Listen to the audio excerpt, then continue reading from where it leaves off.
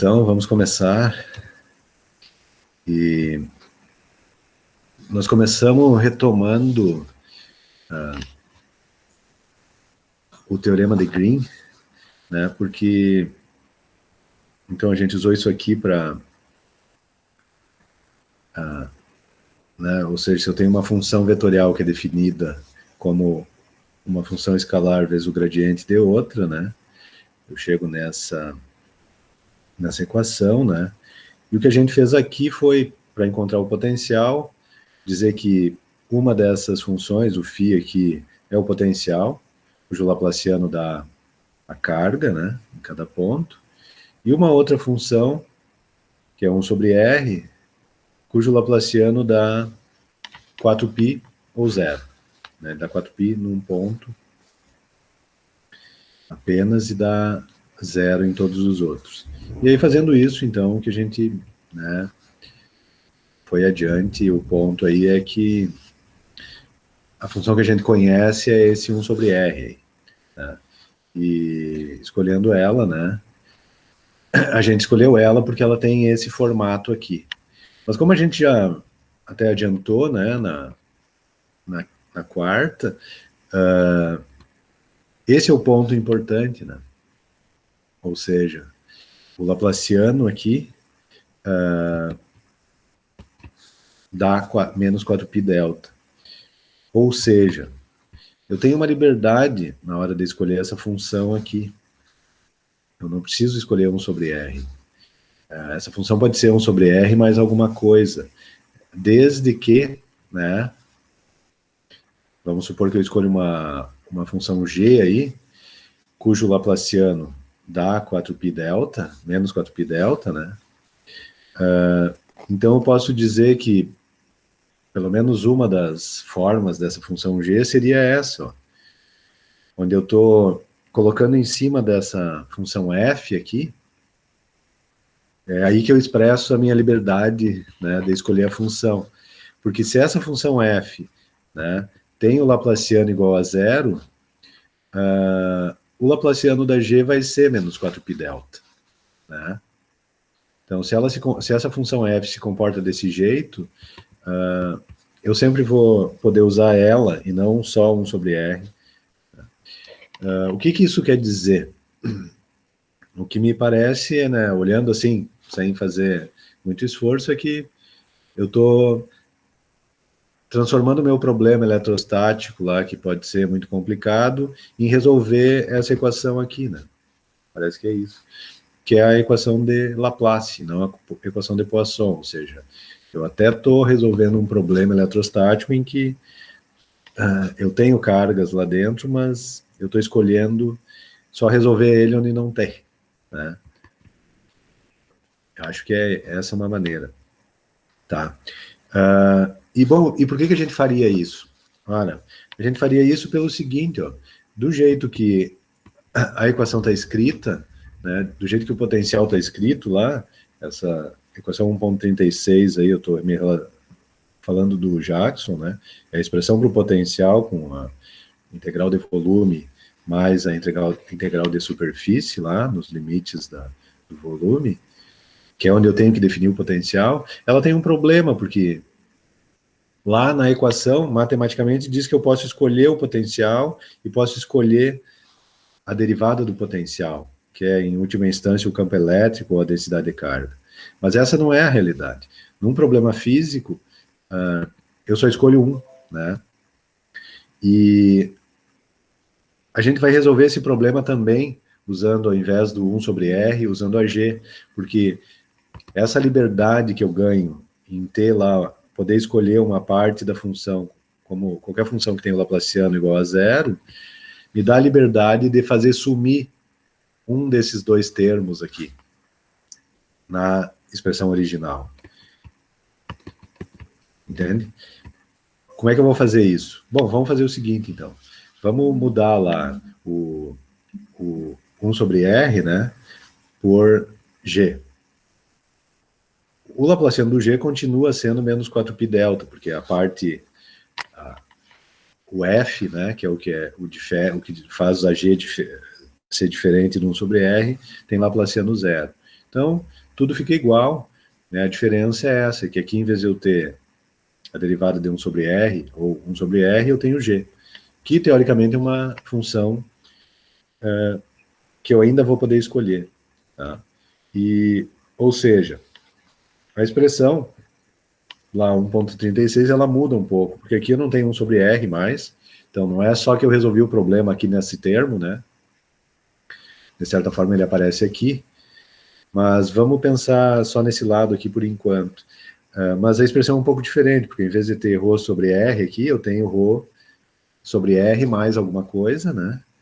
E aqui, ó, que eu tenho a oportunidade de melhorar, porque como eu posso escolher a G, eu posso escolher a G de forma a acabar com ou esse termo aqui, ou esse termo aqui.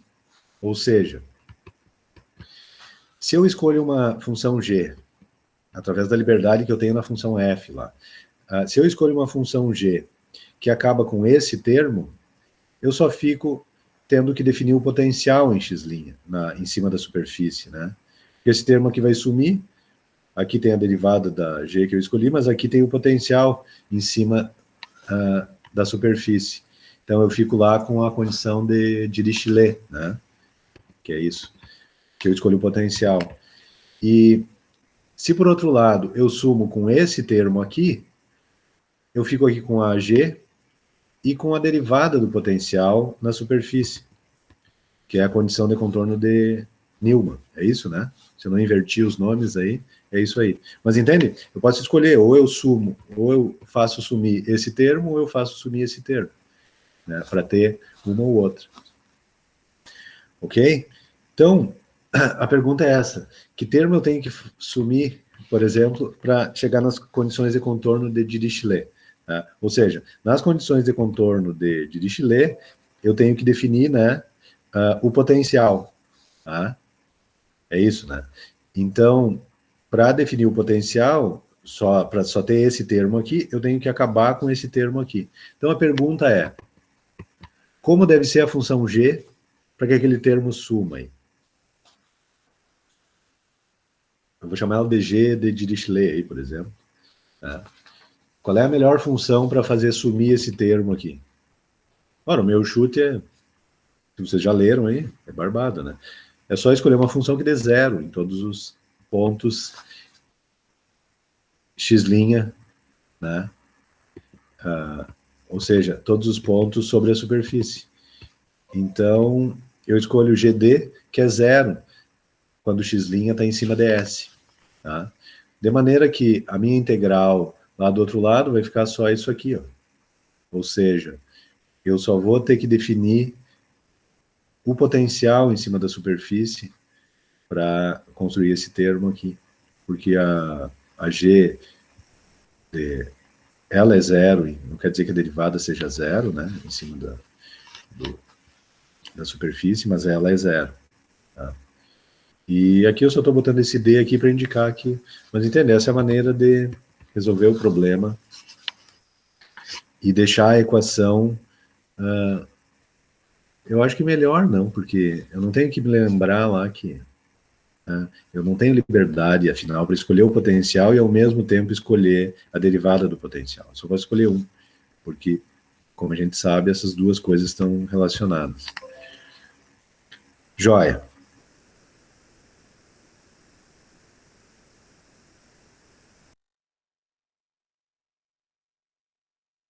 Bom, sem perguntas, daí a pergunta seguinte é essa.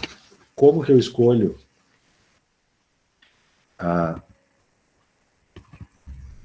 que função eu escolho, que função G eu escolho, né, para acabar com o outro termo, né?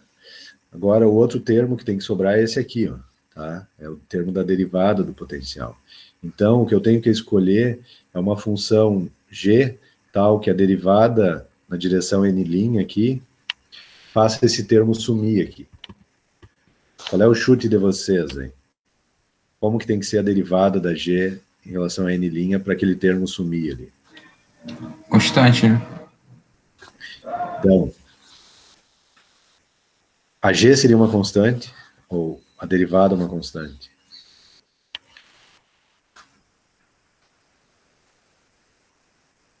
Na verdade, né, se fosse eu, com essa pergunta que eu fiz para você, eu dizia, não, a derivada tem que ser zero, tá? O Gustavo foi mais esperto aí, não tem que ser zero, tá? De fato, tem que ser uma constante. E é o seguinte, ó, para saber qual é a constante, a gente vai fazer uma continha aqui, ó. A derivada direcional, né, da G, é, na verdade, isso aqui, é o gradiente escalar o n, tá? Essa é a definição de derivada direcional. Quando eu pego o gradiente e pego a componente do gradiente na direção lá que eu quero derivar, essa é a derivada direcional. Tá? Ou seja, esse termo aqui, se eu fosse integrar, né? É claro que lá eu tenho o potencial vezes a derivada, mas, tá? Isso aqui é só para dar uma ideia do tamanho que tem isso aqui. Quando eu faço essa integral aqui, desse termo aqui, que é essa derivada aqui, ora, usando o teorema do divergente, né? Isso aqui vai ser uma integral de volume do divergente desse, né? O fluxo de um vetor através de uma superfície é a integral de volume do divergente do vetor. E o divergente do gradiente é o laplaciano. Tá? E a gente sabe o valor do laplaciano do G, que é menos 4π delta. Então, essa integral aqui nunca vai dar zero. Tá? Essa integral aqui nunca vai dar zero. Ou seja, quando eu integrar uma função vezes dg dn, não vai dar zero. Não tem como. Tá? Porque ela já vai ter um valor. Essa integral vai dar sempre menos 4π. Tá? Então, eu não tenho como definir lá. Mas como eu sei que a integral tá, dg dn vai dar menos 4π, e o produto, né, quando eu faço a integral do produto, eu estou pegando e multiplicando o valor da dg dn pelo valor da função em cada ponto lá. Então, eu sei que nunca vai dar zero. Mas então eu defino da seguinte maneira, ó. Eu defino o valor de dg dn como sendo menos 4π sobre S. Tá? S é o tamanho, onde S é a superfície, é o valor da superfície, a área, né? Em metros quadrados, se for no SI, a área da superfície onde eu estou integrando. Quando eu faço isso, né? E faço essa integral, como isso aqui tem um valor constante, menos 4π sobre S, na verdade, quando eu faço essa integral, eu estou multiplicando, né? Isso aqui por menos 4πs, ou seja, isso aqui vai cair fora, porque é uma constante, né? Vai ficar 1 sobre S vezes a integral do potencial, né, do fluxo do potencial através da área. Ou seja, isso aí dá o valor médio do potencial em cima da área, tá? Que é um número, tá? É claro que o potencial varia lá, mas é um número. Então, ainda que eu não consiga eliminar esse termo, pelo menos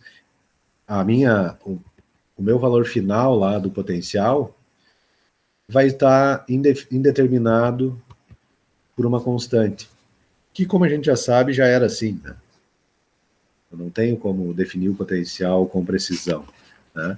Ele sempre, ou seja, intrinsecamente o potencial não é único, ou seja, o formato do potencial, a dependência dele com a posição muda, é única. Agora, cada um desses pontos pode estar deslocado para cima ou para baixo, num valor absoluto, né? É só a dependência que é única. Eu já tenho, não tem como definir com precisão. Então, eu não estou perdendo nada aqui. Tá? E, segundo eu li também, tá? Como eu falei, né? Eu não tenho experiência na prática com esse formalismo aí, eu não uso isso né, na ponta do lápis lá. Tá? Mas, pelo que eu li, os problemas que envolvem essas condições de contorno de Newman, tá? Em que eu tenho que definir a densidade de carga na superfície, ou o campo elétrico, né? Que esses problemas, eles sempre têm uma superfície no infinito. Tá? E uma parte da superfície está no infinito, ou seja, esse termo aqui vai sumir mesmo. Não sei se algum de vocês tem experiência com isso, mas pelo que eu li, é essa a sacada. Então, essa acaba sendo a solução correta, digamos assim, porque daí me sobra o termo só onde eu tenho que definir a densidade de carga na superfície, né, que é o campo elétrico, né? No metal, por exemplo, a componente vertical do campo elétrico é a densidade de carga. Ok. Então, assim, eu resolvo os problemas que estão nessa... os problemas em que eu tenho que definir a densidade de carga ou o campo elétrico. Então, essencialmente, né, como o que é importante é que a função que eu vou escolher lá tem um Laplaciano igual a menos 4π delta, e não que ela seja 1 sobre R, ou seja, essencialmente eu estou mudando o meu problema, porque ao invés de ter que encontrar a função G, eu tenho que encontrar a função F, que na superfície, né, na superfície limitante lá do volume que eu estou querendo onde eu estou querendo resolver esse problema de eletrostática, o Laplaciano dela é 0. Tá?